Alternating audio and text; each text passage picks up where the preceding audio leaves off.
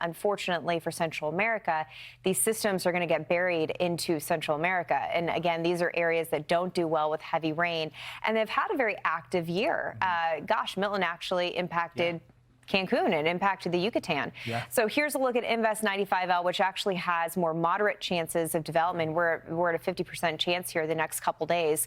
This is all tracking into Belize and the Yucatan, so that does mean that we're going to have heavy rain there despite whatever comes of this. Yeah, it's running out of real estate for the warmer waters once it gets closer to land as well. So it wrings out all the moisture, but then it starts to move over maybe the land, and boom, the moisture source is cut off in a sense. So you're not really digging into those warmer waters to help this storm develop and build.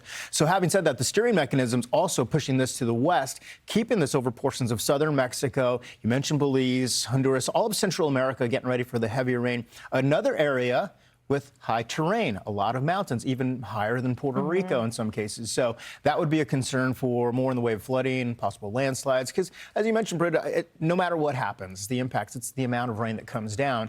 And a lot of these communities, and a lot of them are even tourist places as well, or just a lot of people who live here. Yes, weak systems always are a huge troublemaker when it comes to too much rain.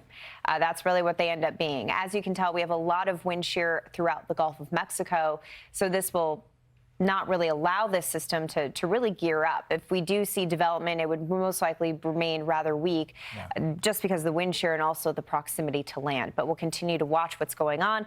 This does mean that we'll have heavy rain for the Yucatan and also for Belize.